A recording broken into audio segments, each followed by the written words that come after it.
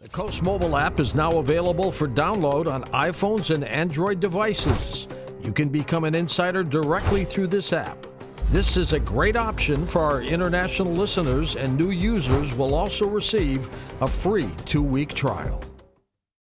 Welcome to the Audio Imaginarium. Come on in, weary traveler, hang your cloak on a peg, grab a stool, and come warm yourself by the fire. There are stories to be told, and you are among friends. I'm Richard Serrett, sitting in for George Norrie, and this is Coast to Coast AM. Why don't you stay a while? Danielle Silverman is a UK-based researcher and editor.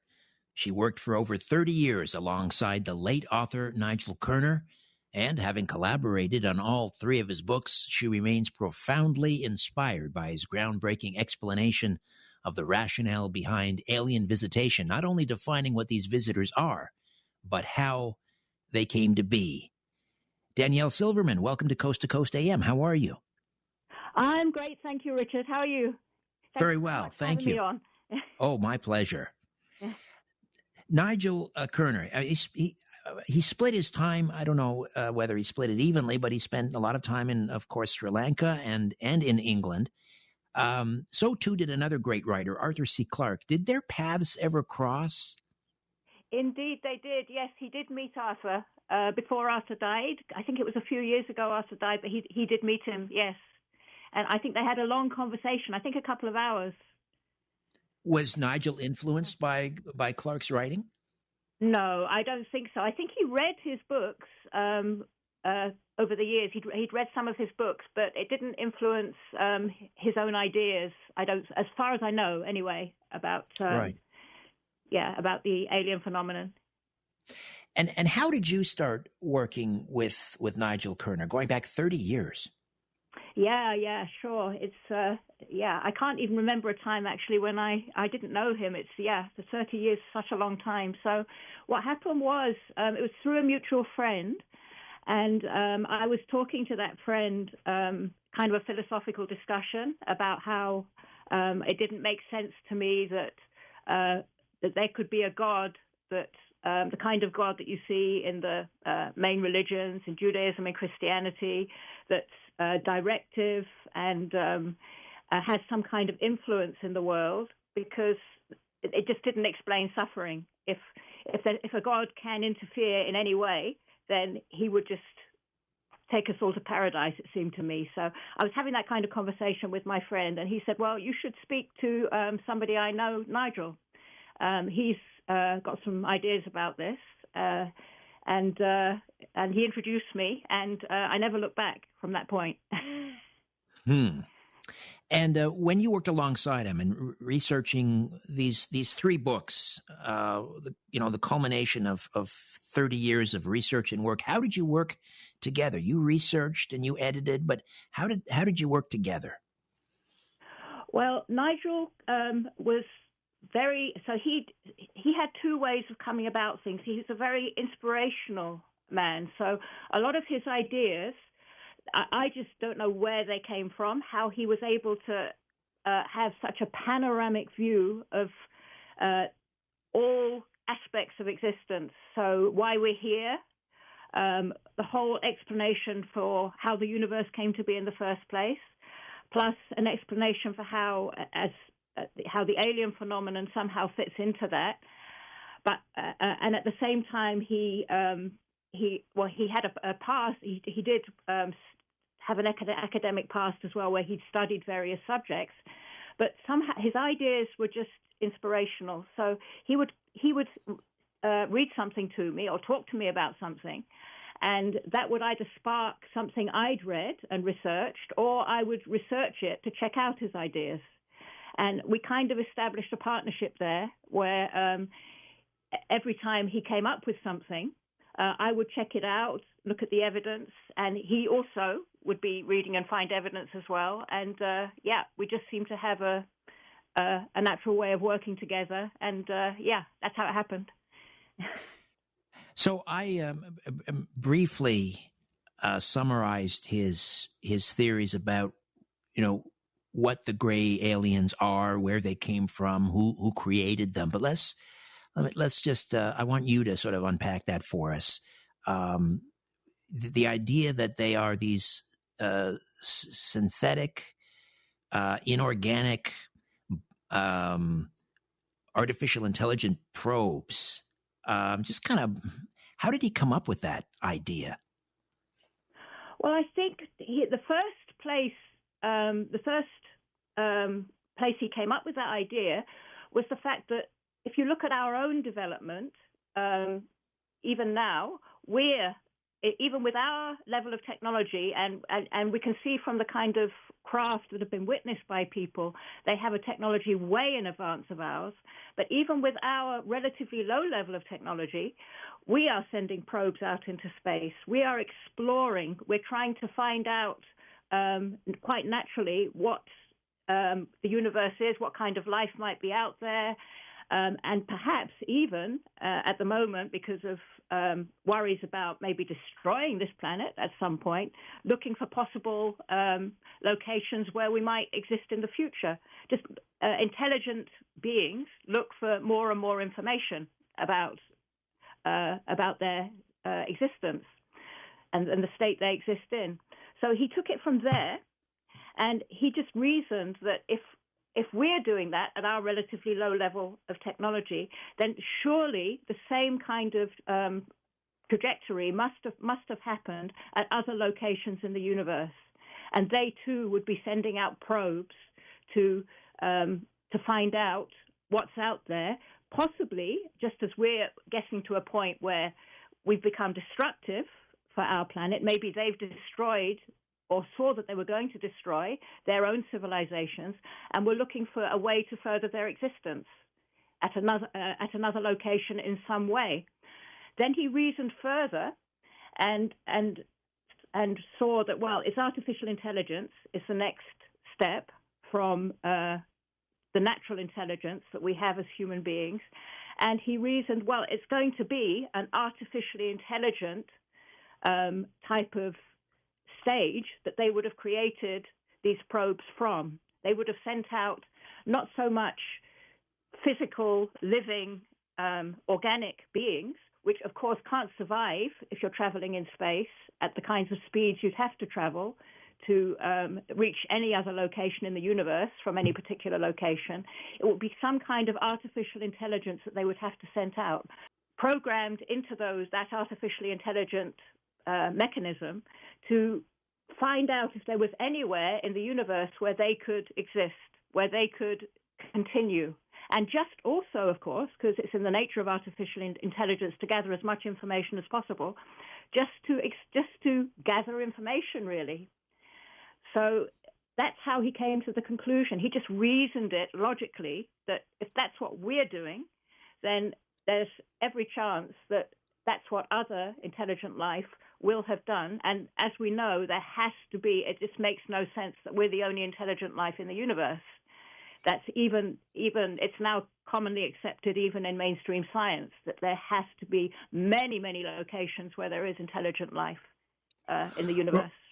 Right. I mean, it does explain a lot. As you say, when we look at these crafts and how they maneuver and the G forces that would be at play, you think, well, how could any organic being survive those kind of G forces? But if we're talking about a bio-robotic machine, then of course that takes care of that problem. And the other thing that it answers is all of these accounts that we have from alien abductees, how these grays seem to lack any sort of empathy. Oh, I mean, we don't always hear that. That seems to be kind of the prevalent narrative, though, isn't it? That they lack empathy.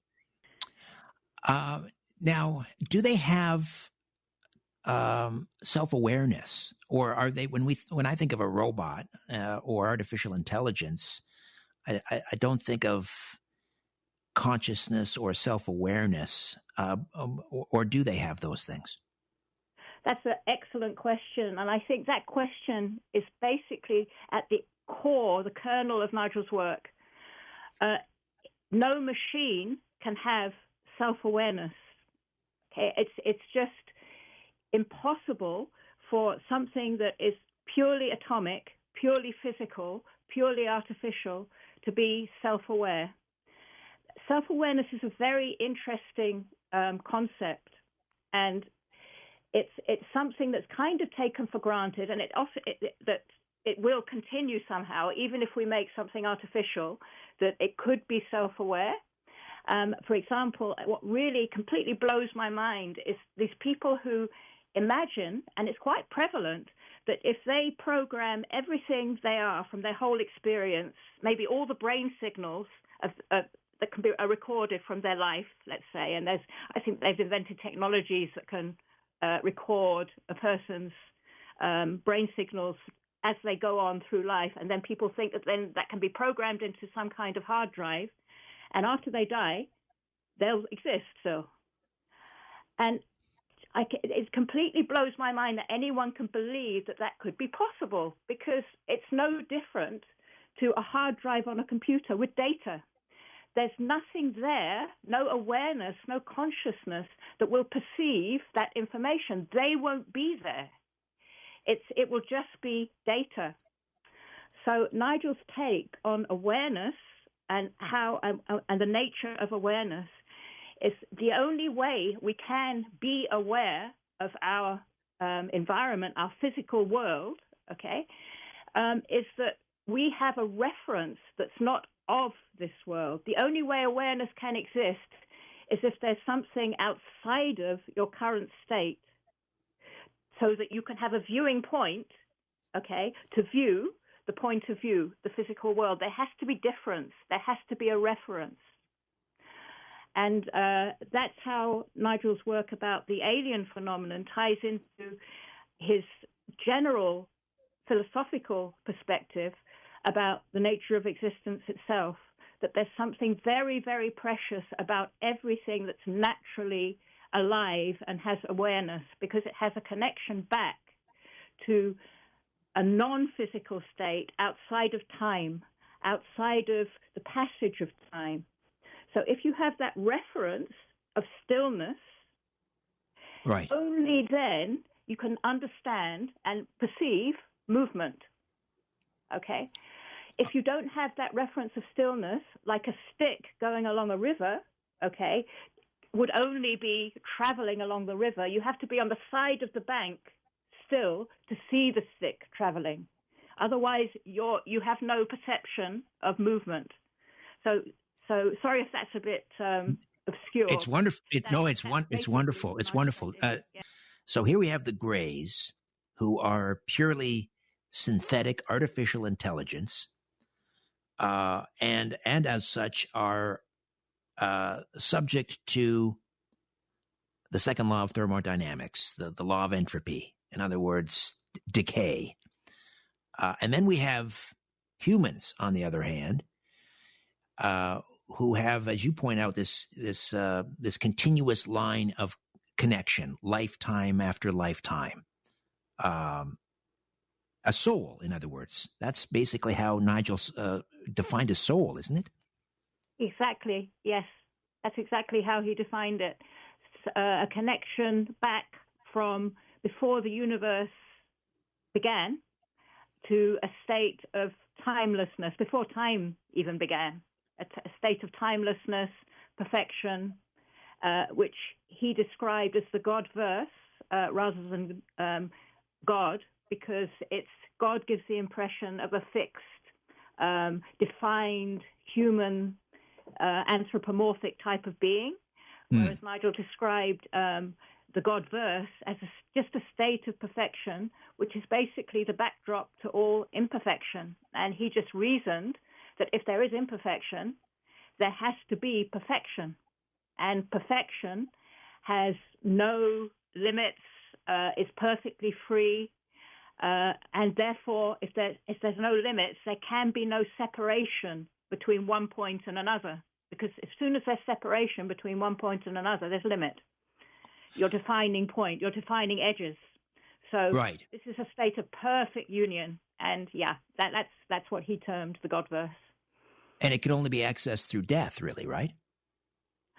Well, no. I mean, so the Godverse, because it's all encompassing, something that's infinite contains every finite state.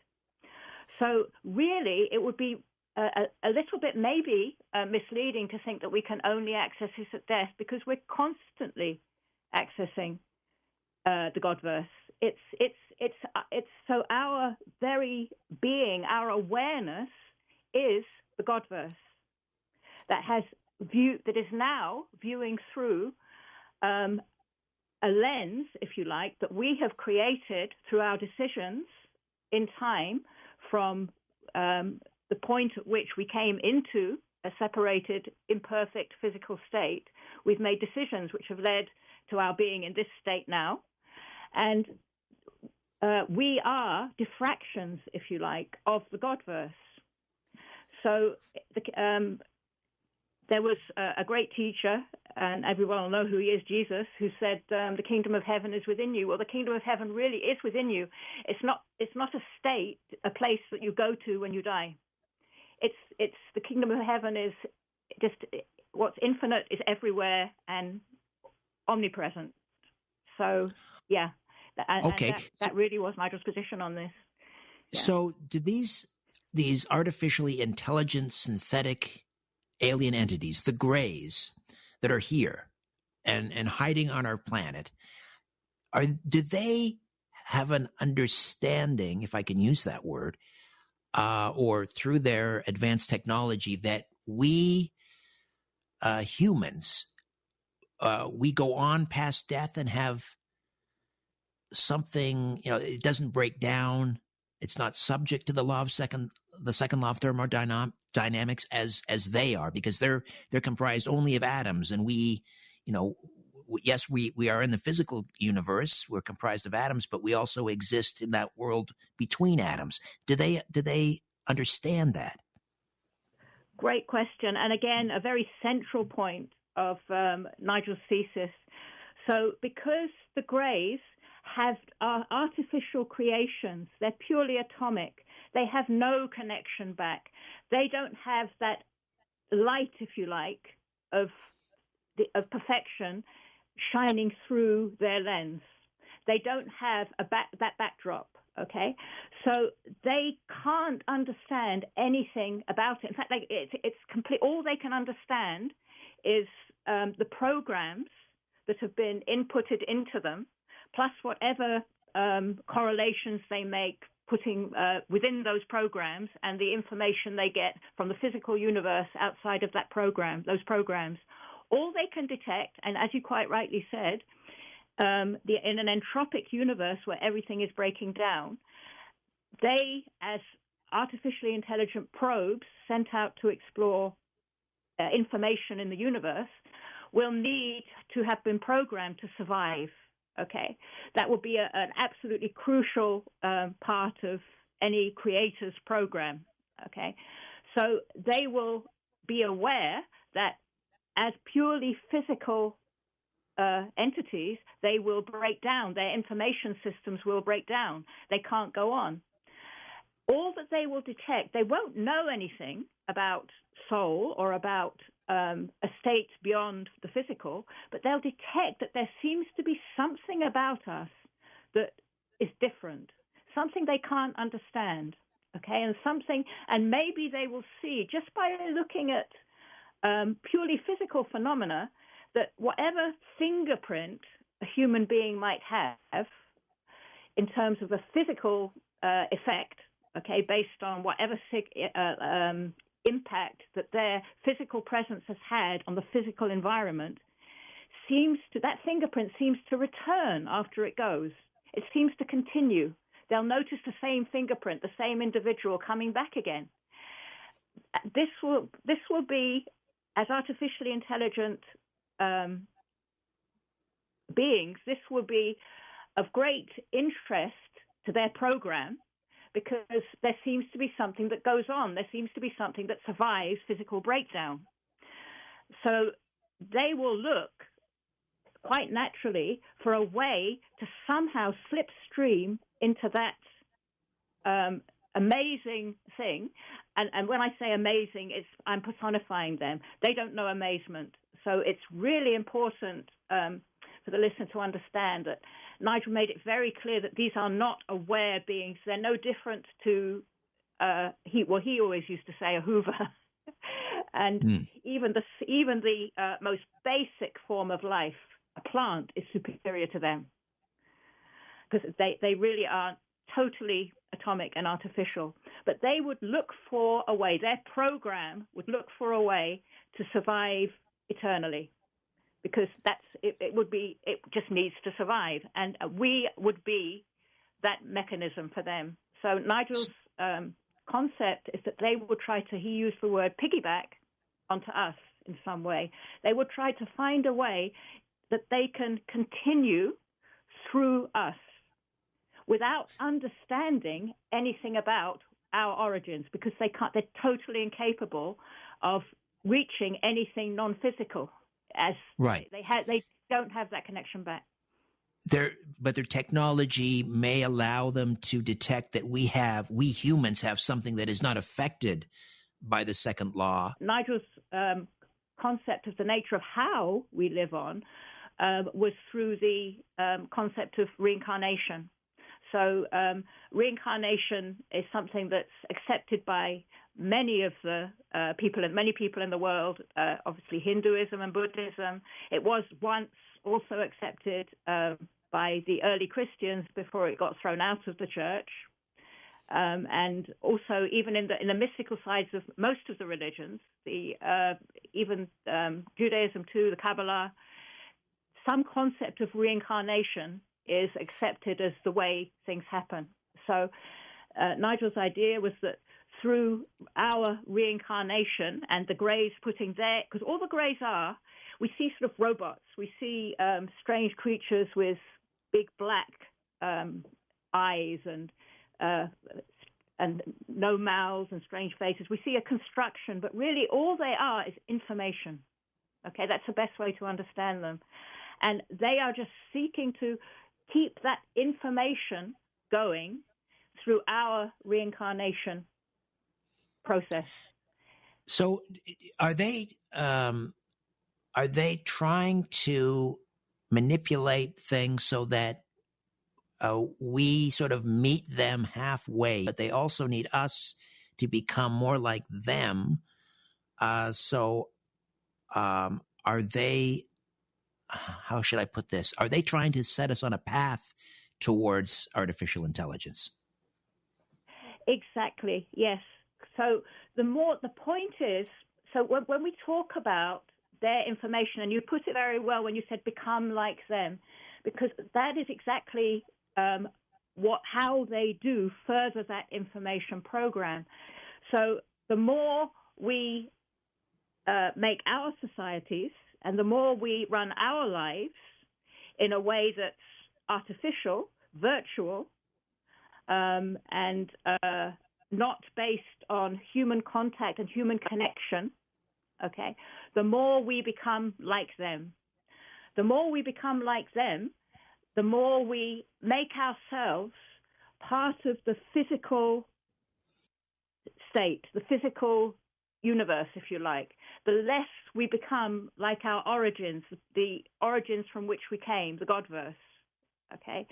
So the more focused we are on the physical, the more we get stuck, if you like, okay? So Nigel's concept is that in the reincarnation process, if you're totally focused, or if you're more focused on a physical world and your physical environment, material things, you will be, because that's your choice, okay, because it's all about free choice, okay? We're only here in a physical universe because we have made choices to be here, okay? So if your choices put you here, you will be stuck and unable to pass. Right, in between like the atoms. Force. Exactly. And Nigel used to describe that as the space between atoms.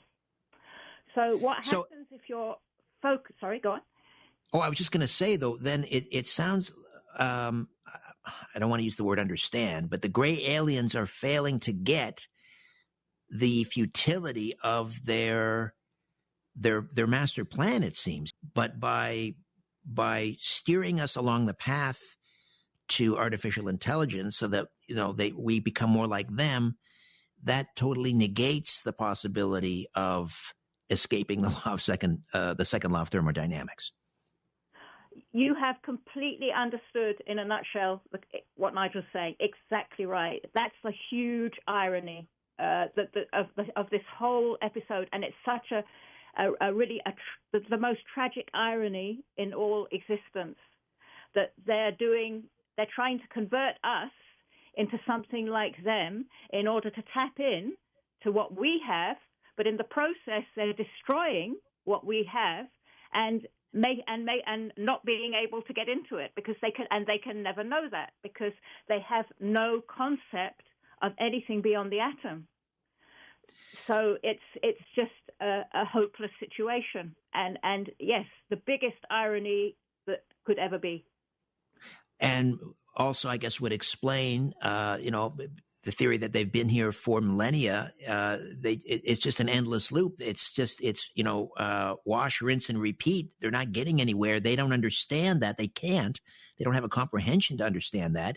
They keep trying and keep failing, and on and on and on and on and on it goes ad infinitum. Exactly right. And this is the case universe-wide. If there are other universes, same will be true in those other universes. It's just a meaningless, senseless procedure that unfortunately happens at the very, very edges of existence, where we reach a point where we lose meaning. So I'm trying to think, Danielle, how they would do that. I mean, they would give us the technology, wouldn't they? They would spoon feed us this technology. We would take it like candy, not understanding that it's really a poison pill. Exactly. And that would be just the most intelligent way to do it, wouldn't it?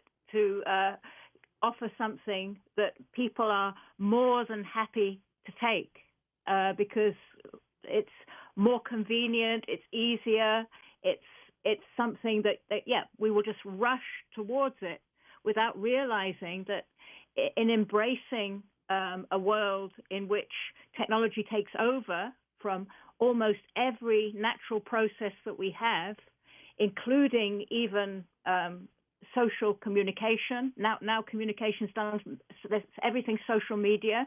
People live through social media. They live through their phones. They live through the virtual. And the natural human connection is being is really disappearing, with an artificial substitute being put in its place. So we are really happily walking hand in hand with these artificial robotic creatures and the programs which are driving them to try and get us to follow their pathway.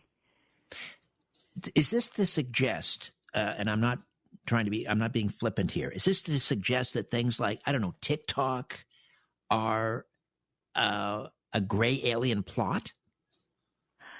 So that's an interesting question. So the word plot maybe sounds a little bit too human and emotional. So remember, Agreed, yeah. These are machines. They don't have any nefarious intentions because they don't know how to be good or evil. They don't know how to be. They're not aware. But it's just a natural thing that happens when their information is received by us, and we follow an artificial pathway rather than a natural pathway. So the internet and social media.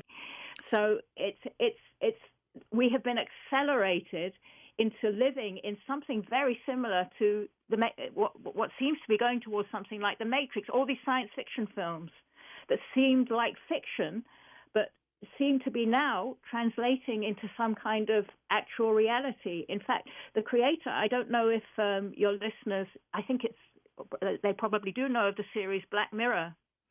So yes. Black Mirror, yeah. So there's so many episodes in that showing what a possible future could be like. But the guy who writes it had to stop writing it because it was driving him crazy, because it was becoming more real. He couldn't get ahead of it. It was becoming true all the time, and it was so depressing. He just stopped writing episodes. And yes, it is their pathway, and yes, you could say it's their plot. But it's just a natural consequence of their artificially intelligent information field automatically spreading itself as far as it possibly can, because it's in the nature of artificial intelligence to expand, to grow, to gather more information, and also in the nature of artificial intelligence to survive in order to do that. So the abduction phenomenon, Nigel has a very interesting take on that. And he didn't feel that abductees are people who are particularly going that way at all, okay, following the Gray's pathway. The abductees are people who break the circuit, okay? So it's been observed by many people who have studied the subject, John Mack, David Jacobs, and so on, that abduction seems to run in families, right? It seems to be an ancestral thing. So they're following lines, biological lines, which would make sense because that's all they have. They only have a biological fingerprint. They don't know anything about soul. They don't know anything about beyond the atom. Okay, so what would happen is if a soul, if a being comes into that biological line and interrupts their pathway of interception, okay, into that biological line by being different. Okay, by not quite matching in and maybe allowing in more of the Godverse, more of that other state, that state of union, of grandeur, okay, into them. They're wondering what's going on. Our line's been interrupted. They're trying to find out what on earth is going on here. This person has interrupted our line. So really, abductees are the people who have something special about them that is stopping what's going on, okay? But I think it's important for abductees to understand that they are not something terrible. They are not people who have gone the way of the Greys. They are quite the opposite. So that's Nigel's take on it. Interesting. So it's like the Greys they latch on to a particular family lineage, and they're sort of cultivating that lineage generation after generation after generation, putting them on this path towards becoming less human, so that they're priming them to be, to graft on to their artificial intelligence. And then all of a sudden, out pops some progeny who has, I don't know, an artistic bent, who is a little bit more spiritual, and that's the disruption. Got to scoop that individual up and get him back on the path. Exactly, you've got it exactly right. So it's like, so they don't decide to abduct. There's no decision. So artificial intelligence, this information field doesn't, like we do, say, okay, I'll do this now and I'll do that now. It's automatic. It will just naturally, like water finds its own level, like gas fills a room. It will just go there to make sure that it can fill every possible space that's available to it. So when it can't get in, it tries to push in.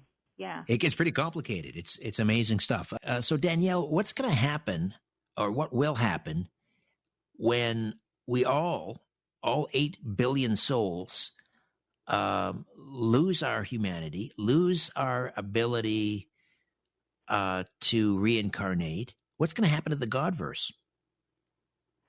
Okay, so yeah, that's an interesting question. So the thing about the Godverse is it's completely immune to any change. It doesn't exist in time. It's timeless. It doesn't start and end. Nothing happens to it. You can't limit it.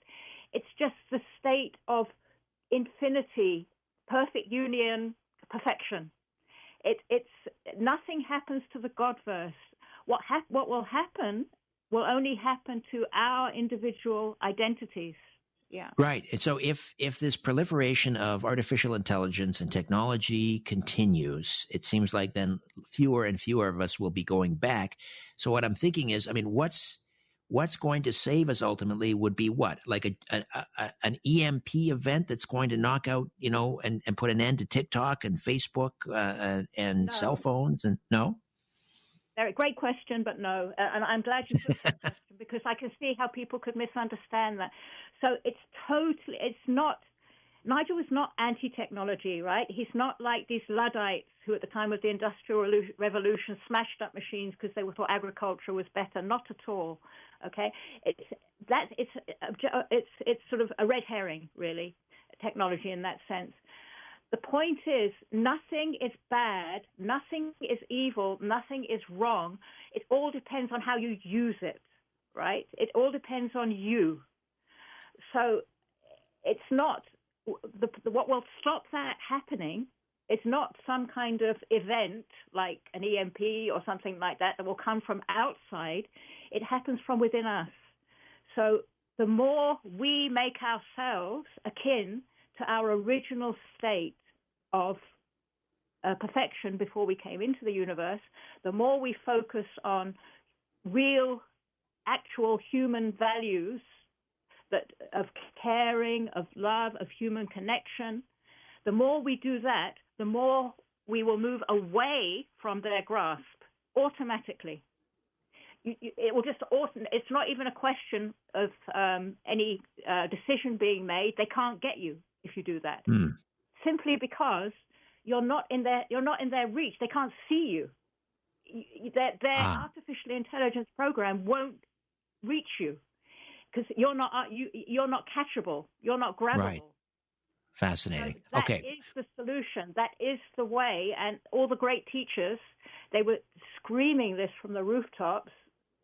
Just love, care, relate to each other. Realize that there's more than your own individual self-perspective of the world, and open up to the concept of embracing other people's psychologies. Realize that they matter too.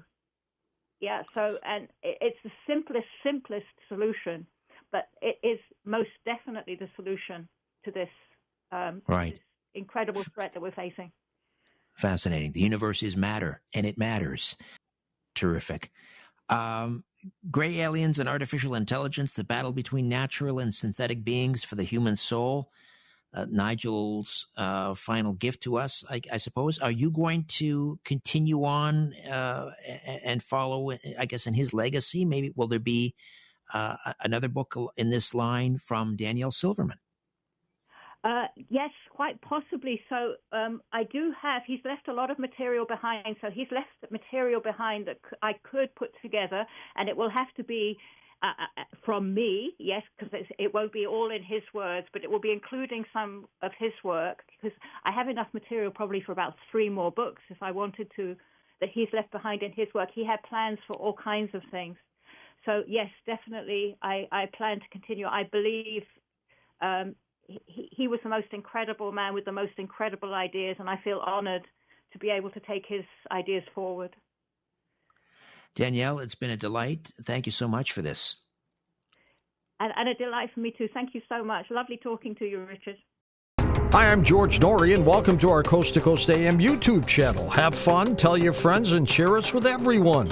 You can also find us on Facebook, Twitter, Instagram, TikTok, and Coast to Coast AM's mobile app. And always remember to log on to our website at coasttocoastam.com for daily articles, the best paranormal information, and all you need to know about your favorite guests. And now you can become a Coast Insider directly through the Coast mobile app. We welcome our international listeners and even offer a free 2-week trial. So don't delay. Become an insider today.